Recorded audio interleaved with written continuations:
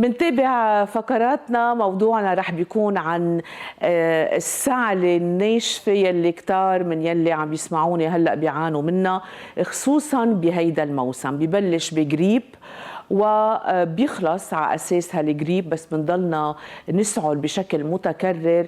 تسمى هالسعلة سعلة ناشفة. رح نشوف أسبابها أو كيف ممكن تتطور مع دكتورة جاسمين سيسين، اختصاصية بالأمراض الداخلية وأمراض الرئة. صباح الخير دكتورة سيسين. صباح النور.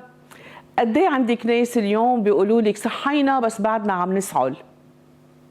كثير كثير، يعني إذا بدك 3/4 الناس عم تسعل، يعني ما نعم. حدا جرب إلا ما السعلة تبعيته عم بتطول السنة. صحيح. ليش دكتورة سيسين؟ يعني شو ارتباطها؟ هل هي مرتبطة بنوع الجريب السنة، بنوع الإنفلونزا، أو هي عادية يعني بس هيك شوي متطورة هالسنة؟ هلا للحقيقة هي عادية ومش عادية، يعني ما فينا نقول عادية لكل الناس. إجمالا السعلة بعد الجريب بتطول، وخصوصا عند بعض الأشخاص. يعني هي ما بتتعلق بس بنوع الفيروس، بتتعلق كمان بالشخص شو عنده استعدادات بجسمه. بس السعلة ممكن تطول، يعني ممكن توصل ل8 أسابيع. مشان هيك بدي أقول للناس إنه في إلها اكسبايري ديت اوقات السعلة، يعني ما بدنا نحوس عليها كثير ونبلش دغري ادويه وانتيبيوتيك لانه بس السعلة تطول الناس بيفتكروا انه لازم ياخذوا مضادات حيويه، وبياخذوا الانتيبيوتيك وبيلاقوا حالهم ما صحوا، يعني بيكونوا صح. عرضوا حالهم للانتيبيوتيك على الفاضي. 8 أسابيع دكتورة سيسين، يعني شهرين ممكن تستمر السعلة. مشان هيك الناس اللي عم بيشوفونا هلا ما يستغربوا، يعني إذا بقيوا شهر وشهرين عم يسعلوا. مثل ما قلتي هيدا شيء طبيعي. طيب أي متى بتكون عوارض هيدي السعلة مش كتير طبيعية؟ صحيح، سبقتيني كنت بقول لك صحيح هي طبيعيه انه اوقات مش عند كل الناس تطول هالقد، بس بدنا ننتبه انه اذا السعله طولت وترافق معها عوارض ثانيه مثل حراره، مثل بلغم اخضر او لونه غامق، تعب بالجسم، انحطاط، قله شهيه على الاكل، او صار في مشحات دم او دم بالبلغم، وجع بالصدر، ضيق بالتنفس، هدول كلهم اشارات انه هيدي السعله منا طبيعيه، مو لازم نستشير الطبيب. وكمان برجع بشدد انه مش نتناول انتيبيوتيك بلا ما نشخص شو المشكله ورا هالسعله، لانه السعله بالنهايه هي عارض منا مرض. نعم 100%. فمش أنا بدي وقف السعلة بصير بحوس مثل ما قلتي قبل بشوي بدي اخذ أدوية، هي عارض لشيء تاني. طيب ليه بنسميها دكتورة سيسين أوقات سعلة ناشفة، سعلة من الصدر، سعلة ما عندها بلغم؟ شو الفرق بيناتهم؟ كثير مهم السؤال. هلا هي ليه بتصير السعله من بعد هالجريب اللي بناخده او هالرشح؟ يعني مش ضروري يكون صح. انفلونزا بس بالذات ولا كورونا، حيلا فيروس بيعطي عوارض رشح، بيصيب الجهاز التنفسي، ممكن يعطي سعله بتطول. اللي بيصير انه بيصير في انفلاميشن بالقصبات الهوائيه من وراء هالفيروس، او حتى يعني بالقصبه الهوائيه بترشح، او باللارynx حتى، بتخلي الشخص يعني مجرد عم يتنفس عم يفوت هواء على القصبات الهوائيه، إن كان هواء مسقع عنها او هواء سخن، بيعمل اريتيشن دغري. ليه؟ لان بيكون في انفلاميشن بهالقصبات الهوائيه، بخلينا نشعل وتعلق السعله. السبب الثاني هو بيصير في نوع من شيء بنقول له بوست نيزل دريب، يعني على الرشح بتصير المجاري تبع الجيوب الانفيه ضيقه، وبالتالي بتصير تجمع بلغم. هالبلغم بيصير ينزل من وراء، بيصير بيعمل هيك مثل بيزكزك الحنجره، وبخلي المريض يسعل، خصوصا بس يتشلح، يعني ينام على ظهره لورا. فهدول من الاسباب اللي بتخلي السعله تطول، وهدول اذا بدك اسباب بنعالجهم بادويه معينه للسعله او لنخفف الانفلاميشن. مشان هيك اوقات بنعطي قصص فيها كورتيزون، صحيح. وبنعطي قصص فيها مضادات الهستامين اللي هي مثل ادويه الحساسيه اللي بنستعملها، واوقات بنجمعهم اثنيناتهم مع بعضهم تنخفف هالانفلاميشن ونخفف هالبوست نيزل دريب. هيدا الشيء طبيعي بيصير من بعد الانفكشن. نعم. بس اذا مثل ما قلتي تطورت العوارض وصار معها عوارض ثانيه، هون اكيد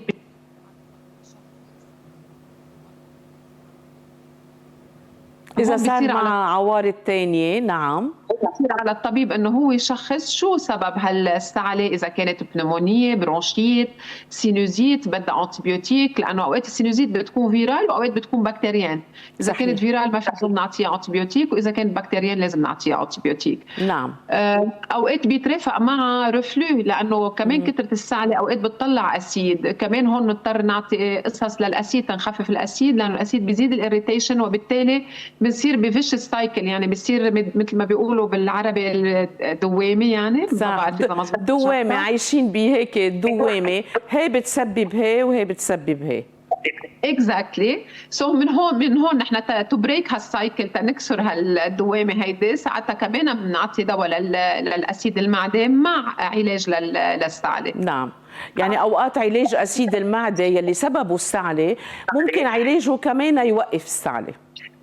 100% بدنا ننتبه لهيدي الشغله كمان.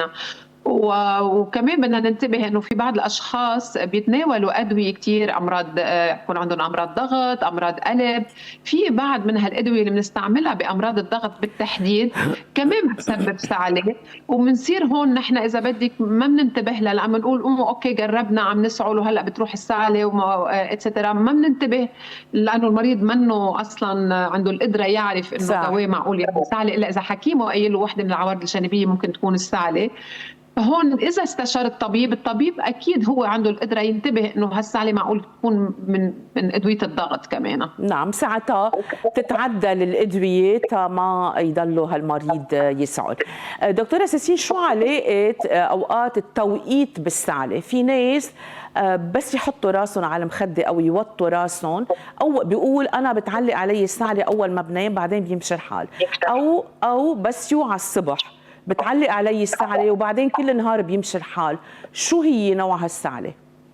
هذا اللي كنا عم نقوله، انه اوقات هالفيروس اللي بيصيب الجهاز التنفسي وبيعطي نوع من الرشح او الجريب بيعمل انفلاميشن بهيدي المنطقه كلها، بيصير في افرازات اكثر، وبيصير في احتقان بالجيوب الانفيه، وبيصير في بالتالي يتجمع بلغم بالحنجره. هدول البلغم بتزيد عوارضهم لما نتشلقح، وبيتجمعوا خلال النوم، مشان هيك بس يقوموا من النوم بيسعلوا اكثر. من هون العلاج تبع السعله اوقات بيستغربوا المريض، يعني بنعطيهم قطرات للمناخير، بيقول لي بس انه انا مناخيري مش مسكرين. مزبوط بيكونوا المناخير مسكرين، بس تنخفف هالافرازات اللي بتزيد بالحنجره او ورا الانف، من البوست نيزل، يعني من الانف من ورا، بنصير نخفف هالافرازات، بالتالي بنخفف اذا بدك من كرايز السعله اللي بتجي، وهي بتجي اجمالا بطريقه ناشفه، لان هالبلغم المريض ما بيكون عنده القدره يطلعه لان بيكون كثير من ورا. نعم. اي متى دكتوره سيسين بتتحول يعني كنت عم بتقولي انه هالاريتيشن او هالنوع من الحساسيه اذا بدنا نسميه، يعني يلي بتستجد على المريض للاسباب اللي ذكرتيها، اي متى ممكن تطول اكثر من 8 اسابيع، يعني بيصير عنده هالمريض سعله حساسيه؟ معقول اسئلتك ماجي كانك حكيم. حلو. ميرسي. هيدا السؤال كثير مهم، لانه في كثير ناس بيفكروها انه سعله صارت سعله حساسيه. هو ما في شيء من الصح، لانه مثل ما قلنا اول شيء هالسعله بتطول حسب الاستعداد كمان عند الشخص بحد ذاته، يعني عند المريض. نعم. اذا هو اصلا عنده استعداد جيني ليكون عنده حساسيه وهو ما معه خبر، اوقات هالجريب او هالرشح وهالسعله اللي بترافقه بتفضح مشكله اوريدي موجوده وهو ما كان عم بحس بعوارضها. نعم. بيكون عنده نوع من الحساسيه او بيكون عنده ربو منه عارف، او ممكن تتطور لربو مع الوقت. فهون ضروري الطبيب كمان يشخص لحتى نشوف اذا عن جد هذا الشيء موجود والجريب فضحه او الرشح او الفيروس فضح هالمشكله. فهون نحن بنلجا اكيد لفحوصات ثانيه، وبنعطي ادويه ساعتها مثل انهيلر، بخاخات تحتوي على كورتيزون، بنتنشأه مش ما بنبلعه، يعني منه حبوب، لحتى نخفف هالانفلاميشن بالقصبات الهوائيه. بالنهايه الانفلاميشن اللي بتجي من وراء الفيروس والانفلاميشن اللي بتجي بالحساسيه والربو بيشبهوا بعضهم. نعم. مشان هيك اللي بيعطوا نفس العوارض. الفرق انه هالانفلاميشن اللي بتجي من وراء الفيروس هي مؤقته، يعني ما بتطول، ولكن اذا كانت لها علاقه بربو جنبه او حساسيه، هون ساعتها بتطول وبصير بدها علاج اكثر على مده طويله. صحيح. دكتورة سيسين، كمان سؤال هيك شوي، الناس بيستعملوه عن غير قصد وممكن يأذوا نفسهم. مثلا قلتي قبل بشوي انه ممكن تعطي ادويه فيها كورتيزون لحتى نخفف من وهج هالاريتيشن يلي بتصير. ممكن هالمريض يعني بعد شهر بعد شهرين يحس بهذا السعلة ويروح ياخذ هذا الدواء يلي فيه كورتيزون على يومين ثلاثة وجمعة يمكن. خبرينا شوي مفعول هالدواء قد ايه لازم يكون؟ ما لازم ناخده هيك عشوائيا لانه صححنا اول مرة فبالتالي هو رح يصححنا ثاني مرة، وقد ايه يعني ممكن يأذي؟ صحيح. هلا هو تناول الادويه بس تنصحح السعله بطريقه عشوائيه اكيد منه صحيح، لانه اوقات بنكون عم ناخر تشخيص المشكله. يعني ساعتها كمان بنكون عم نصعب على الحكيم شوي لنقدر نقفر المشكله، بنكون اخذنا ادويه وخبينا كل شيء، وهون بيتاخر التشخيص وبالتالي بيتاخر العلاج. غير انه نحن بنعرف انه الكورتيزون له عوارضه الجانبيه، ما لازم نتناوله بلا ما نستشير الطبيب لحتى من يعني في ناس عندهم بيكونوا اوريدي ترقق بالعظم، يعني بيكون بغنى انه ياخذ كورتيزون حبوب، لانه الحبوب عندها عوارض جانبيه، او الابر حتى. هلا دارجي بيقول لي انا رحت عملت ابره عند الفرمشانه وصرت كثير منيح. بدنا نقول انه هيدي الابره مفعوله بالجسم بضل فوق ال70 يوم، يعني كانه عم ياخذ كل يوم كورتيزون لمده شهرين وشوي. حلو. يعني هو فكر حاله عامل ابره وكانه راح مفعوله بعد يومين. 70 يوم 70 يوم وهو بيكون عم ياكل عادي وعم يشرب عادي، ما عم ينتبه للملح، ما عم ينتبه للسكر، للنشويات، لانه اكيد المريض ما بيعرف انه هيدي الابره بتطول هالقد بجسمه، الا اذا عم ياخذ الابره القصيره المفعول. بس اجمالا الابره اللي بيعملوها بالفرماشيه، الفرماشين اللي بيعملها للمريض، هي الابره اللي بتكون مفعولها كثير طويل. مشان هيك المريض بحس حاله ارتاح وبيقول خليني اخذ هالابره. في ناس بياخذوها كذا مره بالسنه، وهذا الشيء كثير خطر. ليه؟ خصوصا عند الكبار بالعمر يلي هن معرضين لترقق العظم. نعم. او معرضين لامراض اخرى، او بيكون عندهم سكري وببلش السكري عندهم يطلع، بصير ما بيكون عارف ليش. ما هو بس هو بيكون اخذ ابره الكورتيزون اللي هي موجوده دائما بجسمه ليروح مفعوله بعد شهرين وشوي. نعم. قد ايه مفعول ادويه الكورتيزون بتضل بالجسم اذا اعطيتي مثلا على يومين ثلاثه لعلاج السعله؟ ما بيطول اجمالا الحبوب، بس نوقفهم يعني بعد 24 ساعه بيروح مفعولهم من الجسم. بس تمام. احلى طريقه لناخذ الكورتيزون هو طريقه الشرق وطريقه البخ بالمناخير. نحن عم نحكي هلا اكيد على موضوع السعله اللي بتجي طبعا على السعله، مش حيلا شيء من وراء الفيروسات الجهاز التنفسي. واذا اضطرينا بنعطي حبوب فيها انتي استامين وفيها كورتيزون بدوز خفيفه على فتره قصيره لنكون قدرنا سيطرنا على السعله. لانه هلا السعله بحد ذاتها منا خطره، يعني منا شيء خطر، لانه في ناس كثير بخافوا بيقول لي انا عندي بالقلب مش لازم اسعل. بدنا نقول انه هي منا خطره لدرجه انه بتاثر على القلب، ولكن هي مزعجه لانه بتترافق مع عوارض ثانيه. يعني الجسم بيتعب، بصير عنده المريض وجع راس، بيكون بيروح على الشغل وبيروح تعبان قد ما انه ساعل مثلا بالليل وقعته بالليل ما نام. فبالتالي نحن بنضطر نعالج على السعله كمان لحتى نقدر اذا بدك نخلي المريض يكون برودكتيف بحياته اليوميه وما يغيب عن شغله كثير او عن مدرسته او عن حياته. صحيح صحيح. سؤال أخير دكتورة سيسين، كنا عم نحكي عن الأوقات يلي ممكن يسعل فيها المريض أكثر، هي بالليل أو الصبح أو قبل ما ينام. في ناس كمان المناخ بيأثر عليهم، ما بعرف إذا هيدا إشارة لشيء مثل ما قلتي قبل بشوي ما بيكون عارفه الشخص بجسمه. يعني بتجي هي مثل هالسعلة بس يطلع على الجبل مثلا، كل ما بيطلع على الجبل بيبلش يسعل أو بيعمل جريب فجأة، بيكون بيدل على شيء أبعد من السعلة. صحيح. هلا في ناس مثل ما قلتي على تغير الفصول او بفصل معين او بمناخ معين او بجبل معين بيكون عندهم سعله بتبين وبتطول. هون اكيد بدنا ننبش على الحساسيه، لانه مثلا اذا بقول لك بس انا بس اطلع على الجبل بيكون عم يتحسس على شجره معينه او على عشبه معينه، او اذا كان بيته فيه رطوبه مثلا. والفصول كمان هي بتدل على حساسيه او على تغيير الطقس.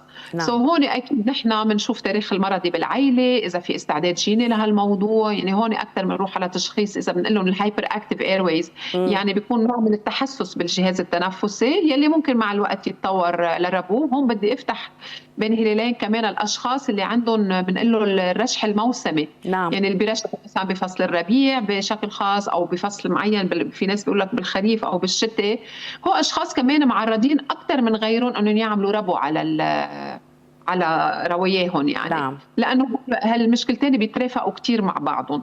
مشان هيك كمان ما بدنا نتساهل بقصه الرشح، لانه الموسمي التحسسي بنقول له، لانه في كثير ناس بتقول لك ايه مزبوط انا برشح بالربيع باخذ شويه حبوب للحساسيه وبيمشي حالي. بس بيكون هو من وقت لوقت عم يسعل، او مثلا بيكون عم يعمل سبور بيتعب نفسه، بيكون عم بحضر لربو وهو ما معه خبر. لانه اجمالا عوارض الربو بتعطي عوارض يمكن الانسان اوقات بيجرب يتاقلم معه، واللي هو شيء غلط.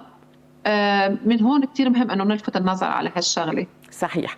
فاذا بدي اشكرك دكتوره سيسين، كثير الموضوع مهم لانه كثير ناس عم بتعاني منه.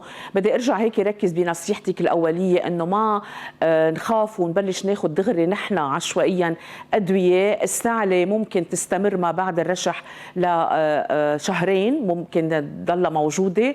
فاذا عوارضها مثل اللي ذكرتيهم بتستدعي استشاره الطبيب، لازم نستشير طبيب لنعرف. وممكن تكون السعله كمان عم بتدلنا على قصص نحن بنعاني منها بس ما بنعرفها والسعله اجت فضحتها. فدائما استشاره الطبيب هي ضروريه بهالاطار، وما ناخذ اي ادويه ان كان كورتيزون او غير كورتيزون عشوائيا من الصيدليه. شكرا دكتوره جوسلين سيسين. شكرا.